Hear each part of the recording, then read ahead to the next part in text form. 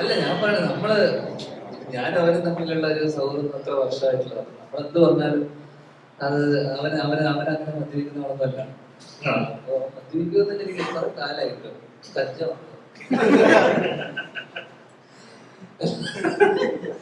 അപ്പൊ അല്ല അങ്ങനല്ല, അതൊന്നും ഉപയോഗിക്കാത്ത ആളാണ് ഈ രണ്ട് സാധനങ്ങളൊന്നും. അവനൊന്നും അങ്ങനത്തെ അവനെ കണ്ടാ തോന്നുമോ? അപ്പോ എനിക്ക് തോന്നുന്നു അവരൊരു ചെറിയൊരു കമ്പനി നമ്മളെ മൂന്നാറിലാറ്റുള്ള സമയത്താറ്റും നമ്മുടെ ഈ ബോട്ടിലിന്റെ ക്യാപ്പിൽ നമ്മളിങ്ങനെ ഒഴിച്ചു കൊടുക്കില്ല, ഇതിൽ ഒഴിച്ചാൽ തന്നെ അവൻ വിറ്റാണ്. അപ്പൊ അങ്ങനെയുള്ള അല്ല അതൊക്കെ നമ്മൾ വെറുതെ തമാശക്കെന്ന് പറഞ്ഞു. അവന്റെ സിനിമ ഓടുക എന്നുള്ളതൊക്കെ അവനൊക്കെ നമ്മുടെ കൂടെ നമ്മളൊക്കെ ഒരുമിച്ച് വന്നല്ലേ. അവന്റെ സിനിമ ഓടുക എന്നുള്ളത് ഏറ്റവും വലിയ സന്തോഷമല്ലേ നമ്മളെ. അവൻ തന്നെ വിളിക്കുന്നത് അതാണ് നല്ല കാര്യല്ലേ.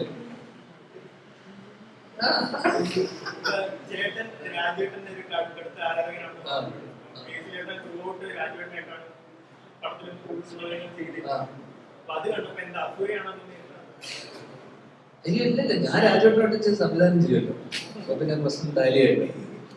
ആവേശം വർഷങ്ങൾക്ക് ശേഷം ആവേശം യൂത്തിനെ ടാർഗറ്റ് ചെയ്തുകൊണ്ടും അല്ലെങ്കിൽ ഒരു ടാർഗറ്റ് ഓഡിയൻസ് എന്ന് പറയുന്നത് പ്രധാനമായിട്ടും യങ്സ്റ്റേഴ്സ് ആയിരുന്നു. അതിന്റെ മ്യൂസിക് ആയിക്കോട്ടെ അല്ലെങ്കിൽ അതിന്റെ മേക്കിംഗ് ആയിക്കോട്ടെ, അല്ലെങ്കിൽ അതൊരു ഫെസ്റ്റിവൽ സിനിമ.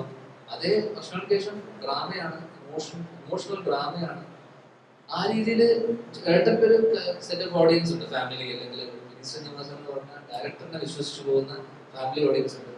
അവരാണ് കൂടുതൽ നമുക്കൊരു ഇനീഷ്യലി കിട്ടിയ ആ ഇന്റർവ്യൂ ഒന്നും പരിപാടി നമുക്ക് കിട്ടിയ. കാരണം സാധാരണ രണ്ട് സിനിമകൾക്ക് കിട്ടുന്ന ഒരു പാട്ടിന്റെ വെൽക്കം എന്നൊന്നും ആ സിനിമ കിട്ടിയിട്ടില്ല.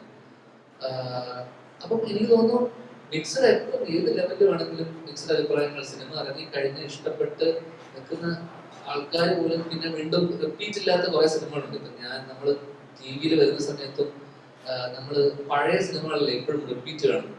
അല്ലാണ്ട് നമ്മൾ അടുത്ത കാലത്ത് ഇറങ്ങിയ സിനിമകൾ നമ്മൾ റിപ്പീറ്റ് കാണുന്ന സിനിമകൾ ആക്ച്വലി വളരെ കുറവാണ്.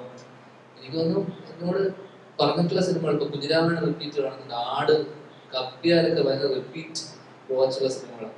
പക്ഷെ അടുത്ത കാലത്ത് ഇറങ്ങിയ ഓടിയ സിനിമകളിൽ പോലും നമ്മൾ റിപ്പീറ്റ് കാണണം അല്ലെങ്കിൽ ഒരു സെക്കൻഡ് ടൈം വാച്ച് എന്ന് പറയുന്ന സാധനത്തിലോട്ട് വരുന്ന പോലും. അപ്പൊ മിക്ക OTT കാണുന്ന ആൾക്കാരും ബിഗ് സ്ക്രീനിൽ OTT വരുമ്പോൾ ഈ മിക്സഡ് റെസ്പോൺസ് ഭയങ്കരമായിട്ട് വരുന്നത് കാരണം ആ തിയേറ്ററിൽ എക്സ്പീരിയൻസ് ചെയ്യാൻ പറ്റാത്തതിന്റെ ആയിരിക്കാമെന്ന് എനിക്ക് തോന്നുന്നു. ത്രില്ലർ സിനിമകളൊക്കെ പ്രത്യേകിച്ച് ത്രില്ലറൊക്കെ സൗണ്ടിലാണ് ആ സിനിമയുടെ ഇമ്പാക്ട് ഇരിക്കുന്നത്. എനിക്ക് തോന്നിയിട്ടുണ്ട്, പേഴ്സണലി എനിക്ക് തന്നെ തോന്നിയിട്ടുണ്ട് ഈ സിനിമകളൊക്കെ എന്തുകൊണ്ടായിരിക്കും തിയേറ്ററിൽ ഓടിയിട്ടുണ്ടാവുക എന്ന് എനിക്ക് തോന്നിയ സിനിമകളൊക്കെ. ഞാൻ പേര് പറയുന്നില്ല, പക്ഷെ എന്നാൽ പോലും അതൊക്കെ തിയേറ്ററിൽ സൂപ്പർ ഹിറ്റ് ആയ സിനിമകൾ പോലും അടുത്ത നമ്മുടെ സുഹൃത്തുക്കളുടെ സിനിമ പോലും എന്തുകൊണ്ടായിരിക്കും ഓടിയിട്ടുണ്ടാവാൻ ശ്രമിച്ചിട്ടുണ്ട്. പക്ഷെ മേ ബി അന്ന് നമ്മൾ തിയേറ്ററിൽ പോയി എക്സ്പീരിയൻസ് ചെയ്യുന്നത് നമുക്ക് ഇഷ്ടപ്പെട്ടെ. അപ്പൊ അതുകൊണ്ട് കമ്പയർ ചെയ്യാൻ പറ്റില്ല ആ ഒരു എക്സ്പീരിയൻസ് തിയേറ്ററും വീട്ടിലിരുന്ന് കാണുന്നത്. അപ്പൊ മിക്സഡ് വരുന്നത് പലപ്പോഴും ഇറങ്ങി കഴിഞ്ഞ് ഇത് സാറ്റലൈറ്റിലും OTT വരുമ്പോഴാണ്. സിനിമകൾ ചെയ്യും, അതിൽ ഭൂരിഭാഗം ബോംബായി പോവുകയും ചെയ്യുന്ന ഒരു സമയം ഉണ്ടായിരുന്നു. അപ്പൊ ആ സമയം മാറിയോ? അപ്പൊ ആ സമയത്ത് എപ്പോഴെങ്കിലും പുല്ല് വേണ്ടായിരുന്നു എന്ന് ചിന്തിച്ചിട്ടുണ്ടോ? അങ്ങനെയൊന്നുമല്ല, നമ്മളൊരു ആ ഒരു ഫ്ലോയിലൊക്കെ പോവാന്നല്ലാതെ നമ്മളതിനെ കുറിച്ച്. കാരണം അച്ഛനെ കഴിഞ്ഞപ്പോഴോ എന്നോട് ഇങ്ങനെ നമ്മളൊരു ഇന്റർവ്യൂ വരുന്ന സമയത്ത് ചോദിച്ചു. ആ സമയത്ത് അവര് ഞാൻ നേരത്തെ പറഞ്ഞില്ലേ, നമ്മൾ ഈ പറഞ്ഞ ഞാൻ മിക്ക സിനിമകളും ചെയ്ത മഹേഷേട്ടന്റെ എക്സ്പീരിയൻസ്ഡ് ആണ്. ഞാൻ ചെയ്ത മിക്ക സിനിമകളും പുതുമുഖ സംവിധായകരോട്. ഈ പുതുമുഖ സംവിധായകരോട് ചെയ്യുമ്പോൾ അവരെ സംബന്ധിച്ചിടത്തോളം ആദ്യ സിനിമ ഓടിയില്ലെങ്കിൽ പിന്നെ അവർക്കൊരു കരിയർ രണ്ടാമത്തെ സിനിമ ചെയ്യാന്ന് പറയുന്നത് വലിയൊരു പാടാണ്. അല്ലെങ്കിൽ ഇന്നത്തെ കാലത്ത് മലയാള സിനിമ രണ്ടാമത് മോശം സിനിമയിൽ ആദ്യ സിനിമയെ പൊട്ടിച്ച ഒരാൾക്ക് രണ്ടാമത്തെ സിനിമ കിട്ടുപോലും. അങ്ങനെ നോക്കുമ്പോൾ ഇവരാരും തന്നെ ഒരു ബോംബ് ഇറക്കിയേക്കാം അല്ലെങ്കിൽ ബോംബ് ഇട്ടേക്കാം എന്നൊരു സിനിമയിൽ നിന്നല്ല. ഏതെങ്കിലും ഒരു ഘട്ടങ്ങളിൽ അല്ലെങ്കിൽ ഏതൊരു ഘട്ടത്തിൽ സിനിമ വീണു പോകുന്നതാണ്. അല്ലെങ്കിൽ ഈ സമയത്ത് ഈ സിനിമയുടെ ആവശ്യമില്ല, അല്ലെങ്കിൽ ഈ സിനിമക്ക് എന്ത് റെലവൻസ് എന്നൊക്കെ തോന്നിയിട്ട് ആൾക്കാരും റിജക്ട് ചെയ്ത് കളയും സിനിമ. അങ്ങനെ ഇപ്പം എനിക്ക് ഇതേപോലെ ബുള്ളറ്റ് ഡയറീസ് എന്ന് പറഞ്ഞ പടം നേരത്തെ പറഞ്ഞ അശ്വന്ത് ഭയങ്കര നല്ല അഭിപ്രായം പറഞ്ഞ സിനിമയാണ്.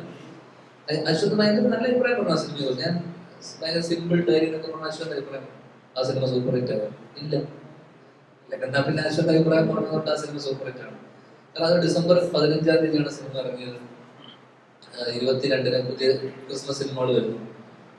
അപ്പൊ എനിക്കൊന്ന് കഴിഞ്ഞ ഇത്രയും സിനിമകൾക്കിടയിൽ നമ്മൾ ആകെ അഭിപ്രായം കിട്ടുന്ന എനിക്കൊന്ന് ഉടലും മറ്റേ നദികൾ സുന്ദരിയോമിന തരക്കേടില്ലാതെ തിയേറ്ററിൽ അത്യാവശ്യം ആള് കയറി. പിന്നെ വർഷങ്ങൾക്ക് ശേഷമാണ്. അപ്പോ ഇത്രയും സിനിമകൾക്കിടയിൽ ഇത്രയും ഒരു 3-4 സിനിമകൾ മാത്രമേ ഓടുന്നുള്ളൂ. അതും മലയാളത്തിൽ തന്നെ കഴിഞ്ഞ വർഷം എടുത്തു നോക്കുമ്പോൾ തന്നെ ഞാൻ ഇത്രയും എണ്ണത്തിൽ ഇത്രയും സിനിമ ചെയ്യുമ്പോഴുള്ള പ്രശ്നമാണ്. അല്ലാതെ എന്റെ കൂടെയുള്ള സഹപ്രവർത്തകരായിട്ടുള്ള പലരുടെ സിനിമ ഓടാനൊന്നുമില്ല. സത്യല്ലേ? സഹപ്രവർത്തകരായിട്ടുള്ള കുറെ പേരുടെ സിനിമയൊന്നും ഓടാനില്ല. കാരണം 100-130 സിനിമയിൽ നിന്ന് ഓടുന്നത് എനിക്ക് തോന്നുന്നു 10-20 സിനിമകളാണ് കഴിഞ്ഞ വർഷം മുന്നത്തെ വർഷമൊക്കെ ഓടിയത്. പക്ഷെ ഞാൻ എണ്ണത്തിലായാലും 30-40 സിനിമ ഇന്ത്യ ഉണ്ട്. നമുക്ക് റേഷ്യോ കണക്ക് നോക്കുമ്പോൾ കുറച്ചധികം കൂടുതൽ ചെയ്യുന്നു.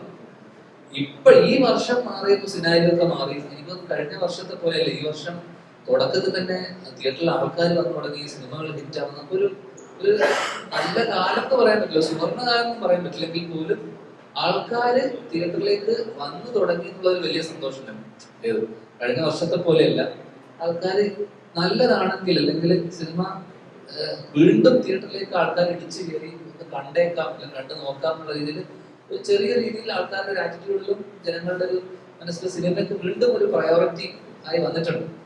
കഴിഞ്ഞ വർഷത്തെ പോലെയും മുന്നത്തെ വർഷത്തെ പോലെയല്ല. അപ്പൊ ഇങ്ങനെയുള്ള സമയത്ത് നമ്മൾ ശരിക്കും ചൂസ് ചെയ്ത് നമ്മൾ നല്ലത് മാത്രം നോക്കിയിട്ട് നമ്മൾ ചെയ്തു കഴിഞ്ഞിട്ട് അത് പൊട്ടിപ്പോയി കഴിഞ്ഞാൽ പിന്നെ കാര്യമൊന്നുമില്ല. അതുകൊണ്ട് നമ്മൾ ഇപ്പൊ പോകുന്ന പോലെ തന്നെ പോവാ. നല്ലതും വരും, ഈ പറഞ്ഞ പോലെ മോശം സിനിമകളും വരും. അതിന് ഞാനിപ്പോ എന്തായാലും വളരെ ചൂസ് ചെയ്ത് പോലെ പിക്ക് ചെയ്തിട്ടൊന്നും പോകുന്നില്ല. പോകുന്ന പോലെ പോട്ടെ തരും. ജാൻചേട്ടൻ അങ്ങനെ ഇത്ര സിമ്പിൾ ആവാൻ പറ്റും? കാരണം വെച്ചാൽ വേറൊരു ആക്ടർ ഇങ്ങനെ ഇത്ര പടം ചെയ്തു, എന്റെ ഇത്ര പൊട്ടി, എത്ര വിജയിച്ചുള്ളൂ എന്നൊന്നും അങ്ങനെ പറഞ്ഞു കേൾക്കാറില്ല. ജാൻചേട്ടൻ അങ്ങനെ ഇത്ര സിമ്പിൾ ആയിട്ട്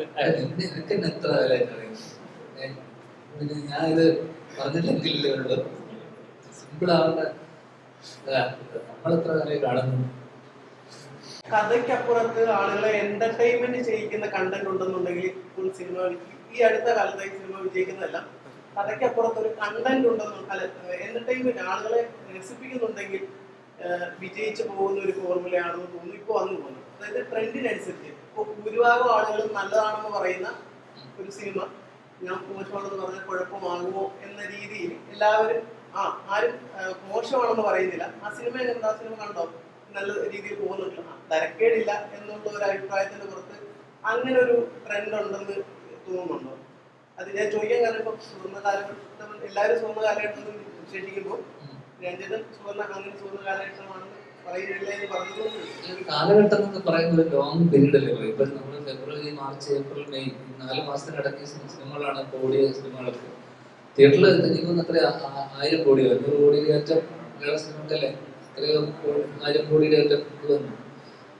അപ്പോ ആ രീതിയിൽ ആദ്യം ചോദിച്ച ചോദ്യത്തിനെന്ന് വെച്ച് കഴിഞ്ഞാൽ നമ്മൾ ചില സിനിമകൾ തിയേറ്ററിൽ എക്സ്പീരിയൻസ് ചെയ്ത സിനിമ ഇത് OTT-യിൽ വരുമ്പോഴാണ് സ്വാഭാവികമായിട്ടും, അല്ലെങ്കിൽ സാറ്റലൈറ്റ് അല്ലെങ്കിൽ OTT-യിലോട്ട് വരുമ്പോഴാണ് ആൾക്കാർ മിക്സഡ് അഭിപ്രായം വരുന്നത്.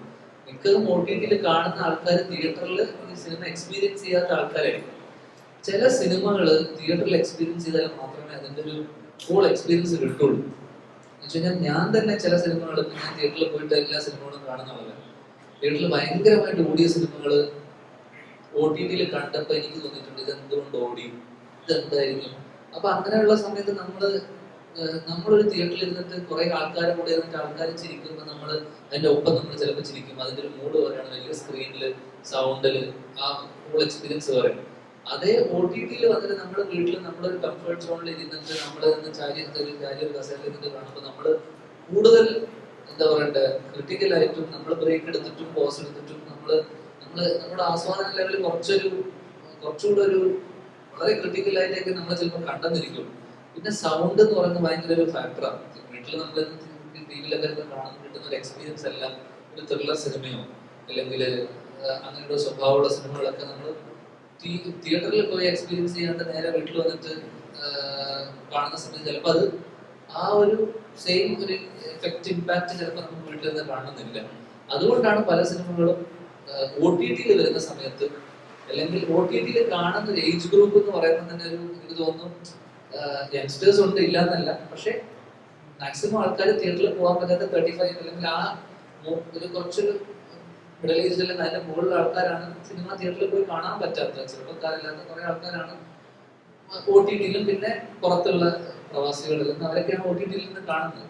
അപ്പൊ അവർക്ക് ആ ഒരു തിയേറ്ററിൽ എക്സ്പീരിയൻസ് ചെയ്യാൻ പറ്റാത്ത സിനിമ TV-യിൽ നിന്ന് കാണുന്ന സമയത്ത് ഇത് എന്തുകൊണ്ട് ഓടി എന്നൊക്കെ സംശയം വരും.